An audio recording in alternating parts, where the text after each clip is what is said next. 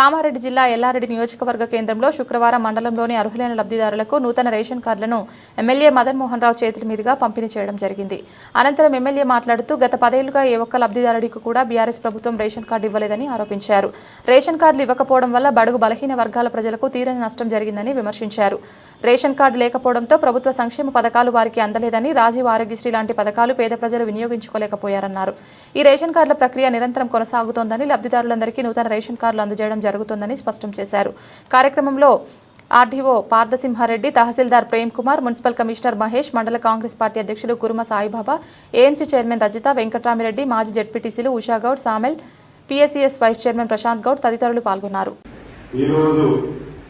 మన Yellareddy assembly conference లో మరి కొత్తగా మొన్నే బాధ్యతలు స్వీకరించిన పార్థసింహారెడ్డి ఆర్డీఓ వారికి ఒకసారి అందరూ కూడా గట్టిగా వెల్కమ్ చేయాలి.